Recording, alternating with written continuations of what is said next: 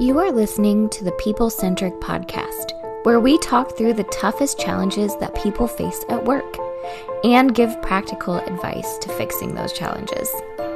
Thanks for joining our movement to create workplaces that are happier, healthier, aligned, and empowered by putting people at the center of all that we do.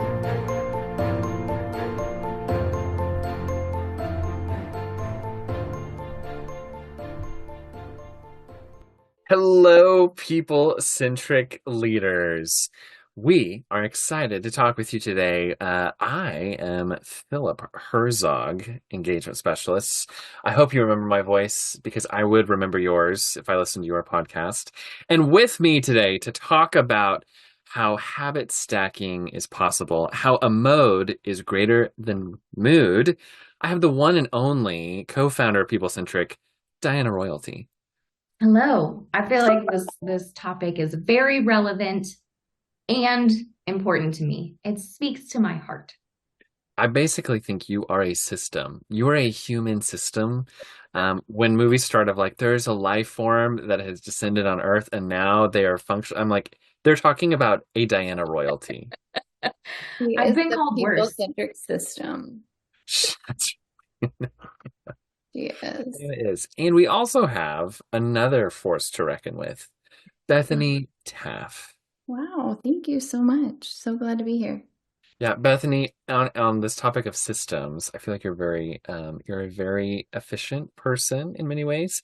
And if there was a spectrum between the three of us, I think Diana is on one end of the spectrum. I feel as though I'm probably in the middle in a lot of ways. And then Bethany, you're maybe on the other end, like not the farthest end, but you and Diana are not necessarily the same.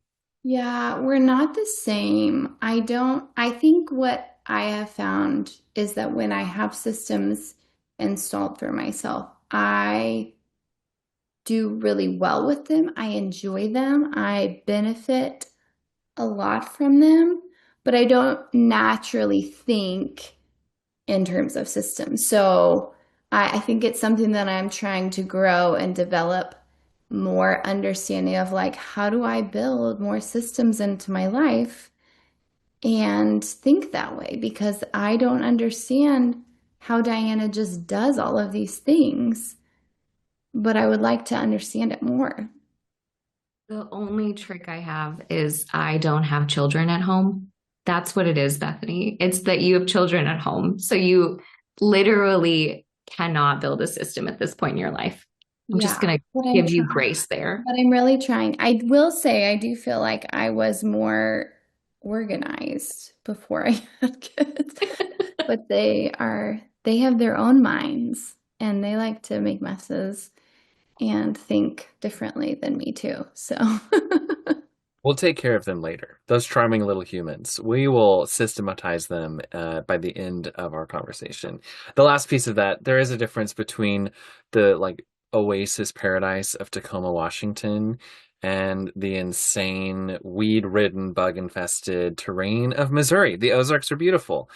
So there's just some systems. We're just trying to survive down here in the Ozarks. We've had flooding and rain, and Washington doesn't even know what a hailstorm or a thunderstorm is like, right? So a lot of it, your environment. You were intentional in choosing an environment that creates a great system. Yeah. I did have systems in Missouri too. So I don't know. There's something. We can't blame. I've heard the phrase, it's not your nature versus nurture. It's your nurtured nature, which I'm curious, Diana, to kick us off talking about systems, how would you define the difference between a habit and a system? How do those two things work together? Okay. This is a good point because I think when people talk about systems and habits, they don't necessarily connect those two things. And to me, all of my habits are ingrained in one part of a system, which creates then a bigger ecosystem. So I'll use the example of that I think everyone can get behind is your health. So my health and wellness system is part of a big bucket.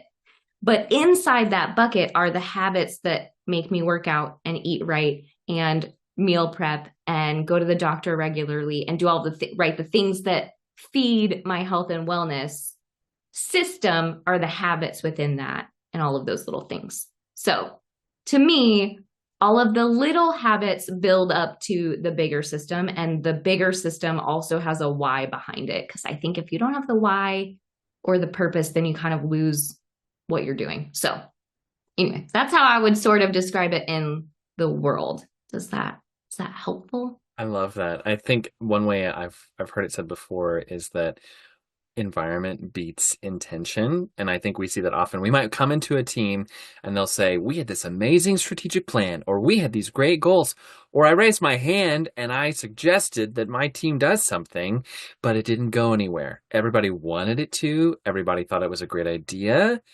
but nothing ever took. Nothing ever was strategically executed. And I think that speaks a lot to what you're talking about, the difference between a habit and intention in a system. I think another way to put it is just your habits and systems are the intentional things you put in place to do things, even when you maybe feel like you don't want to do them. I imagine when you work out, what percentage of the time when you start a workout or put on the tennis shoes to start going to the gym, what percentage of the time are you excited and ready to do that? Low percentage. I'm not like I get endorphins from working out kind of person. I'm a you must work out for your health and wellness type person. And so probably 20% of the time I'm excited to do this. I'd rather do most other things. I was making a face because I was like, are endorphins optional? It feels like that's just like science. Like if you work out, like you get endorphins. I mean, maybe, but I don't think that way. That's just not why you do it. Yes. Yeah.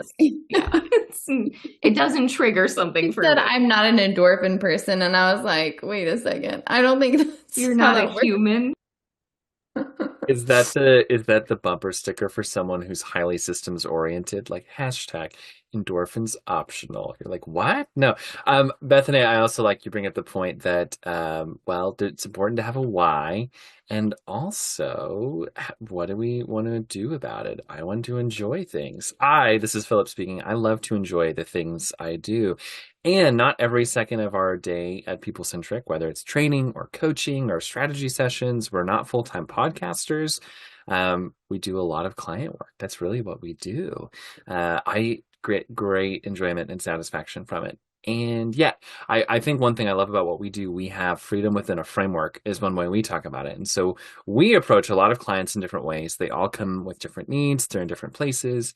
But we have a framework that we have freedom with, that we approach it to still analyze their systems. So it's our own system that interacts with other company systems that then lead to a partnership that improve teams and success and profits and alignment. So curious, we could take this a couple of different directions. What would you all say if we were looking at some general systems that are most often people have the best intentions of having them, but they have the most struggle implementing them? What comes to mind? You mean at work or at home? Let's start with home. Home. It's probably, I think it's health and wellness. I think that's the system that people are always like, I'm doing all the things. And that one gets lost a lot. You just stop doing it, and they get tired of it, or they're like, it's a lot to keep up with, or it's I don't feel like it today, or nobody's holding me accountable. So like, I'll just if I don't do it, then so what? Yeah. And I think like the results are not instant. So it's hard. That part's hard. And there's also a million voices in that space. So it's like, drink all your water. Don't do caffeine. Eliminate high fructose corn syrup. Work out every day. Do strength training. Also yoga. Also Pilates. Also cardio. I mean, it's just like it's so much. It's too much and so much. And I think that's the thing, Diana. I think there's between whether that's personal systems or work systems is I think for a lot of people, it's just analysis paralysis. It's just where do you even start? That sounds great. That sounds great. I would love a system for this. I would love a system for that. I would love, but like, there's so many options. What do we do first? How do you determine that? How do you determine that? So I'm Good curious question. on the It's my well. real question. How do you determine? Yeah, that's. I'll say I am not the most consistent fitness person on the planet. Claire and I have our own rhythms. For us, going again, we're my middle approach. Our system, we recently got rid of many different subscriptions because we just decided we're tired of this. No more. And we put a few books in places that are just easier to grab, right? Our art TV that was gifted to us, we didn't buy it ourselves. We just have our favorite art playing on all the time. And if it's already in art mode, we're less likely to play a movie, right? Another thing, we were eating dinner and watching a show because I hate the sound of people eating. And for me, honestly, I was like, I am gonna just get over this. So like I will listen to jazz music while we eat, and then I don't listen to any music when I eat anymore. These are just some of my own personal things. The reason I mention all of those, it's like the habit stacking is something that Diana has mentioned before on our team. And I think that's it, where it's overwhelming if you think of carbs and stretching and cardio and high intense intervals. And for me, cycling and paddleboarding, and I walk with my dog and my wife. Does that count? Does it not? Simplify it. And it's like, this week, what do I want to focus on? And if you can do something long enough, it doesn't feel new, then you can add the next new thing and keep it on top of the old thing. And that is building a system over time. What would you all add to that? I absolutely love that. And I also think that it's really important to identify the system that you're working on, right? Like in my brain, I have to say, this is part of my health and wellness system, and then identify why that system is important to you. And for me, I did a lot of stuff like, oh, it's important because you got to be healthy, right? This is what people say. But I had a few years recently where I watched people in my life who are not that much older than me age really poorly. And they were like, I don't know, they just seemed fragile, and they had heart surgeries, and they couldn't walk a mile. And, like, and I don't think they're that old, right? It was a shifting point in my life where I was like, oh my God, I'm 40. These people are in their 50s. That's not that much older. And they like cannot do what I want to be able to do. And so that, just watching that made me shift all of my health and wellness habits to the why of I want to age well. It was just like really specific and really purposeful to me. And it was not a general, oh, to be healthy, right? It was like to avoid that scary thing, right? I don't want to do that. And so I identified the system and I chose something that was very purposeful, so that when I'm having the bad day and saying like, I don't really want to do this, I can remind myself that it's not about eating right for general health or eating right so that you are skinny or eating. It's about the very long term of like, I want to age well. And that is purposeful to me. Oh, So that's so beautifully said. It's funny. I think my well-being statement for myself, I think a lot about how I show up for myself or where I am. I love nature. So if I'm not out in nature and I'm not reading a book, I am probably with people or my dog. So I think about, can it sustain my energy to show up really well? For me, it's not sacrificing sleep, making my good 3 meals happen, different phases, different things. But I love that for where you're at, that is your statement. Mine. Bethany, what's yours? I'm curious. My statement? Or yeah, what's your kind of like that well-being drive? What would you say drives your well-being? I mean, definitely something similar to Diana as well, probably, of just like, you think about, you see your family especially and sort of saying, because your genetics are strong, right? And so like, how do I want my life to look as I continue to age is definitely a part of it. And also like, how do I want to show up and interact with like my family and be able to have the energy for them and get to like go do fun things with them and all of that. So some of that for me is like the purpose behind, but then there's also like, yeah, there's other things too of like, I have had kids. And so like, I've watched my body go through lots of changes over the years. So I know that I know that things are possible. All kinds of things are possible. So I'll end that statement there. But I think for me, like recently, the way that I've been able to start getting like some progress on this, because I think I've tried things over time that just haven't stuck. And then I've been like, oh, I can't, like I can't get in the habit of working out. There's always something that's coming up, or whatever. I eat healthy, so I don't know why I can't like, get to where I want to be or whatever.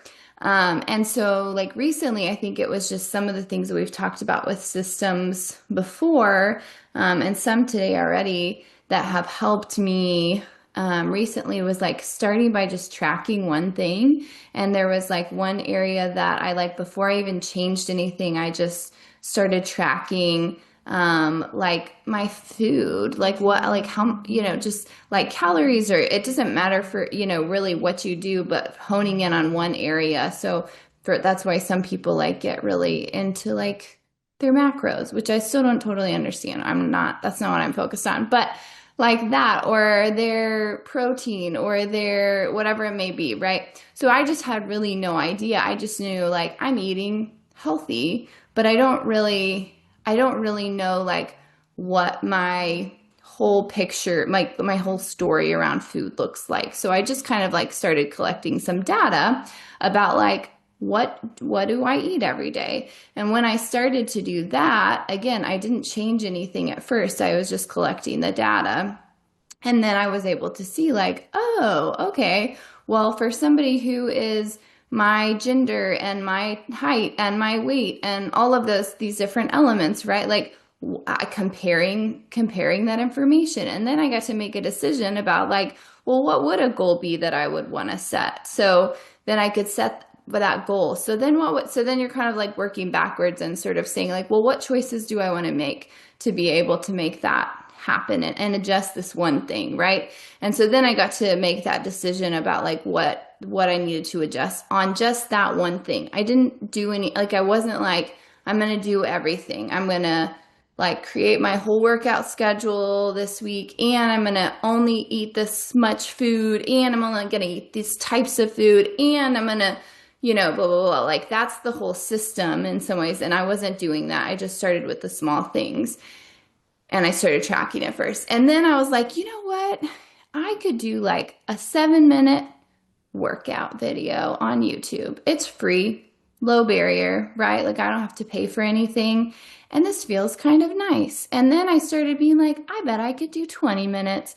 And then I started it was just like they started to build. And I don't even have, this is where like I would probably differ from Diana, because I'm pretty sure she has a schedule for her workout, but I'm still like building into it, right? So I'm realizing like I don't necessarily have a set, like I'm doing this type of workout on this day and this type of workout on this day, but I've built up to, I can do this amount of minutes of a workout video that I want to do. And I would do it most days just because I like it. Like I feel good after I do it. And so anyways, this is my evolution of this process where I feel like I'm stacking habits. And then it was like, I'm going to get labs done, and then I'm going to take these vitamins. And then, you know what I mean? Like, so there are things that have sort of started working together over time. But I think there's more that could happen if I wanted it to. I think one thing that I'll just like highlight that we've talked about before too is like how much flexibility can you have within a system? Like, does it have to be super rigid, or like can you create some flexibility to say, I'm going to do this, but there's some space in between there? Does that make sense? Yes, totally. I love how you sort of described, you called it your evolution of systems, because I think it's so applicable to every system I've ever created. What I do is I kind of say like, what am I getting towards? What am I trying to get to? And then what data do I need to like make sure that I'm doing this well?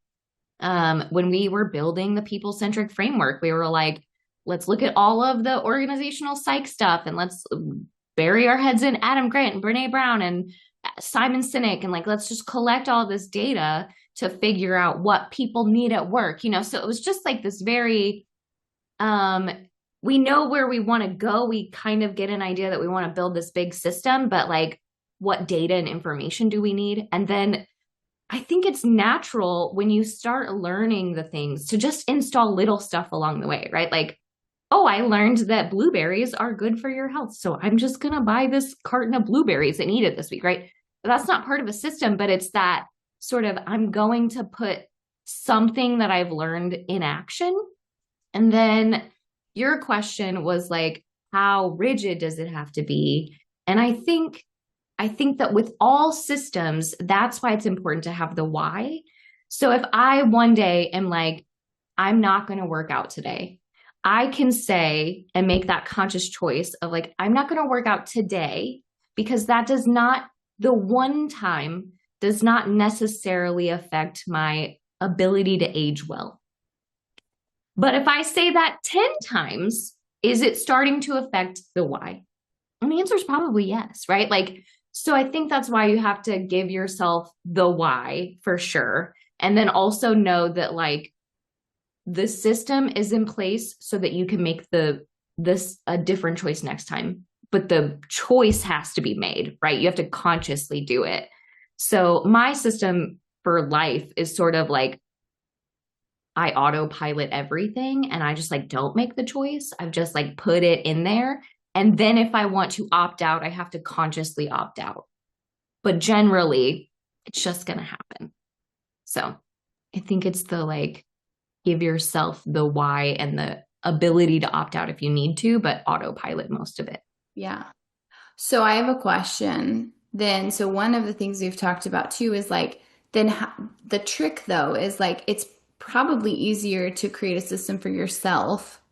But then what about like when you have to get other people involved? And let me just give you a personal example. And then maybe we can apply it to work because that's probably part of the things that will stick for people. That's why people are listening to this, right? But so I decided I'm tired of my house being messy, okay? And but I realize I don't have a system for it at all.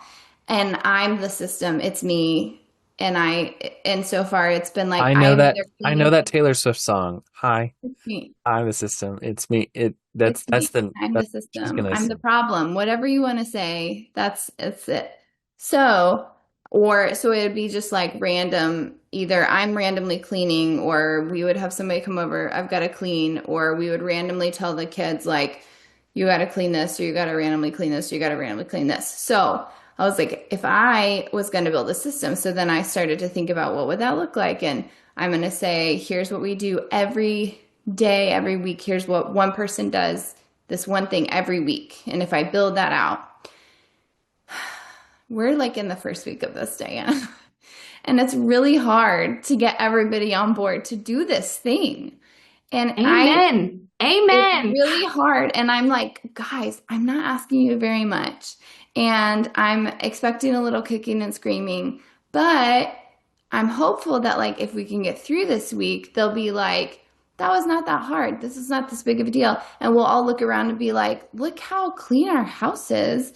And like, it'll be easier next week because you just did it last week. So it's like your bathroom is not as dirty as it was the first time, or you don't have that much laundry because you just did it you know what I'm saying? So I'm thinking about that, like both this. So this is real time advice that I need. And also in organizations, when we're like trying to create systems and get people on board for the systems, how do you do that? How do you make that happen? Yeah. Well, let me just say, I think it's way harder with kids, but adults are just like bigger versions of children. And so it's not always that different. But what I will say is the times I've been the most successful are when I'm able to present the problem in a way that affects them and that they also want to solve. And so maybe with like the house cleaning, it's like, well, you can never find your shoes on Tuesday, and I'm not going to help you anymore because we've put in a system for you to find your shoes on Tuesday and you didn't follow the system. So now it's a problem, but it's your problem, not my problem. Right. Like, and so I think presenting the solution and saying like, I have a solution to this problem. Can we all agree to do it? And at work, it's a lot easier at work because, everybody's kind of connected and feels that pain. And I will also say that a lot of times it's really little. I don't ever open up the whole system. I very rarely have gone to a team and been like, hey, team, I have figured out your communication system. I got it. Now, in my brain, I probably got it. I walked all the way down that road, but I'm just going to show them to the first goalpost. I'm just going to say like, hey, let's have really clean agendas. Can everyone just like agree that we're going to have a clean agenda? And like, here's a template for that. And if we're going to have a meeting, we're going to have the agenda. Let's just agree to that. That's rule number one. Let's agree to another rule. Let's just, after we're all doing that, let's have one more rule that we're going to agree to, right? And so it's just this like teeny tiny buildup to this really big thing that may honestly take years to accomplish, but you just have to do the next little step. And you have to get people to used to that next little step, right? So maybe in your case, Bethany, like everyone doing all the cleaning, that might have been too much. You might have to reel it back and be like, okay, let's just solve the dishes in the sink problem. I'm going to just solve the whole house. Let's just solve the dishes in the sink. So I think it's that one really tiny thing, solving a problem that everyone sees and moving it just a little bit forward. Just one at a time. That is helpful. Yeah. Is it helpful? If I were to reel it back, I was thinking like, I don't want to reel it all the way back, Diana. How long is that going to take? Just reel it in a little bit. Just a little bit. Maybe a little bit. Maybe if we just do laundry, maybe it's just like everybody does their own laundry this week. You have a day there's a specific day, and then we do the other stuff. That's great. And I think that's kind of why people get overwhelmed with the health stuff. Like we were talking, like they try to do everything when it really should just be eat your blueberries every week. Do that for 5 weeks. See how you feel. Like just do one little thing. And then I like the term snowball because I feel like it does get bigger from there. And if you can have that one win, I ate blueberries for 5 weeks in a row. One win, there's something psychological about the win. And you're like, I can do more. I got this. This was not that hard. It's just like celebration for yourself. Yeah. Like, okay, I don't have dishes in the sink anymore. There really is something psychological about the tiny one-off win that makes you want to do more. And I think without those, it doesn't work. I'm a Colorado native, and so growing up, there would be avalanches all the time. It would prevent us from going to Denver. And I think that's what happens on a good intention. Oftentimes, if you're not snowballing, you actually are like, we're going to do 25,000 things at once. We're going to light the TNT, and whether that's personally on your health journey with a house with a bunch of these adorable, lovely kids, to an entire company. We have a lot of leaders we talk to who will say, oh, I'm so tired. I'm so frustrated.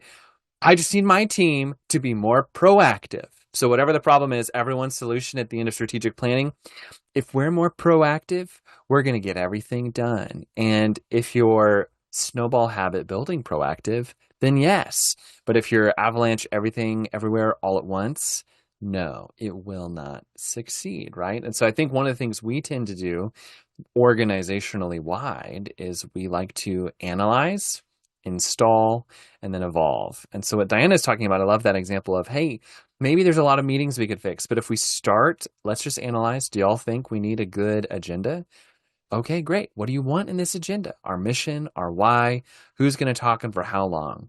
And then tell them in advance, show the agenda before the meeting, and it's going to work well. Any community I'm a part of anymore, when I run a meeting and an agenda, that is how I do it. I'm like, well, I want to know. I'm going to put the time marks there and who's going to talk. And I'll talk to them before we get there so they have an idea of what we need to do.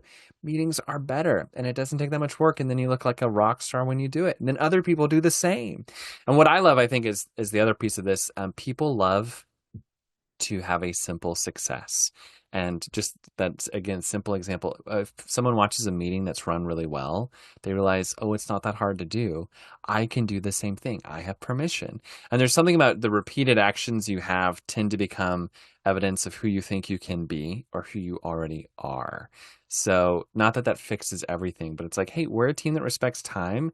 And so because of that, we want to have a clear purpose. And our clear purpose is going to drive what we do. If that's the case, we have clear agendas. Hey, the Tafts have a beautiful home to host people, and they can find their shoes before ballet. If that's the case, maybe there's still a bunch of things piled up by the sink, but then also at the same time, maybe there's one or two more things done. So that's a lot to just say. I think there's so much here. There's so much meat on the bone when we talk about habits and systems and homes and organizations.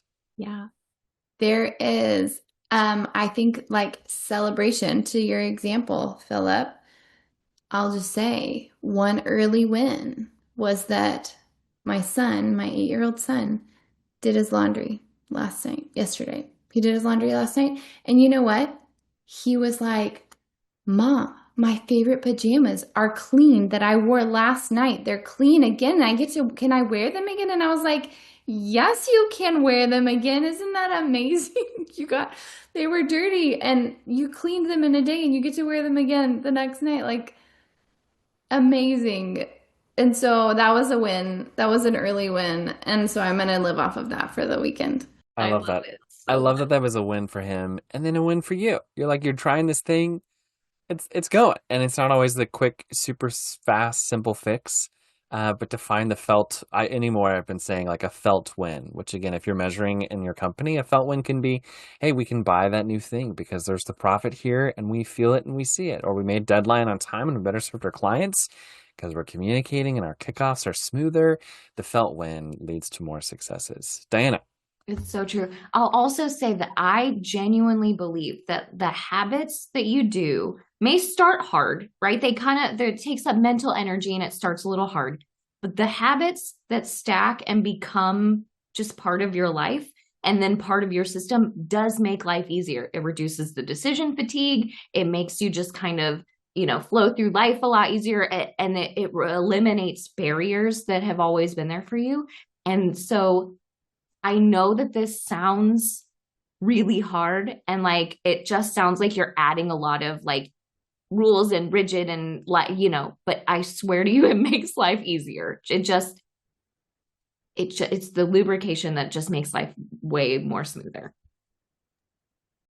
I love your highlight of it makes things smoother. It can take the hard work out in some ways because then you don't have to choose and respond every single day to what am I going to do? How are we going to do this? How will we figure this out? And so there's so much more we could share. And I wonder, maybe as a final round out, what would be your advice to a leader who is either trying to figure out the first habit they should start for themselves or for a wider team in the organizational setting? What's good advice to start a new habit? I have something that's percolating that I'm like trying to get the words right. I think for a leader, I'm going to say for anyone. I think anyone who can hold their focus long enough, it will then compound your efforts and you will win. I think in a world where everyone is concentrated on immediate wins and instant gratification and innovation and moving things forward, I think anyone who can focus on the real thing they want to accomplish long enough to compound all of your efforts will win time and time again. It's that tortoise and the hare thing is real. I feel motivated. Thank you. I was thinking for a leader who's trying to install something, and I think we've talked about this, but I guess I would say based on our conversations so far is like for a leader to look for their team's biggest pain point that's like a shared pain point for the team, or like the lowest hanging fruit of like, this is just annoying that we still haven't solved this. So like, this should be easy. This is just annoying. Feels like we could solve this if we just stop for a minute. and like figure this out, or it's the most felt common pain point across the team and then focus there first. I think that that's incredibly helpful personally and probably for a team too. I love that. I was thinking for me, I think there's something about, we talk a lot about building team buy-in on a habit. I think there are some leaders we work with who they want their team to have the buy-in, but they're actually not bought in themselves, which would be like a parent saying, I want you all to clean the house, but I'm not going to clean the house. Or like, I want my team to work out, but I'm still going to get my lunch from Wendy's. So I think there's the question of, if you want this thing to happen, will you do it? And do you want it? If so, then it will happen, which again, then you'll focus on it and it will, and your team will see that. A lot of the time when we see something implemented, if a leader doesn't really lean into it because it doesn't actually matter that much to them, or they can't maintain their focus on it, it never goes anywhere. And so really think, do I want this? Is this the right thing for us? And start small. So we hope you've taken a lot from this today. Your mode, the mode, how you approach things, despite what you feel, your habit stacking, these are important. So if you have examples, stories, other questions about how to habit stack well and build a system for you and your team, reach out. I will also add, yes, reach out. I'll also add that we have a couple of exciting things happening right now at People Centric. We are doing a free strategic planning webinar. We have 2 dates. One is July 29th and one is July 30th. So if you're interested in strategic planning, it kind of ties to this, like, how do you make things stick? How do you make the habit stick? If you're interested in strategic planning and what to do to get your strategic planning to stick, join us for our free webinar. You can find information in the show notes about that. And also, we just put out a book. The book is the People Centric Framework. It's called Becoming People Centric, Designing Organizations Where People and Performance Rise Together. So please check that out. You can also find the link to that in the show notes. But yeah, exciting things happening right now. Yeah, so check them out. Otherwise, we will talk to you next time. Thank you for listening to the People Centric Podcast. We are so grateful for you joining us every week. If you like this content, please like and subscribe. Also, feel free to share on your social media with everyone that you know. It really does help us. If you would like to contact us, I have put our information in the show notes. Please reach out anytime. We love hearing from you. We will be back next week with a new topic. Until then, be well and lead well.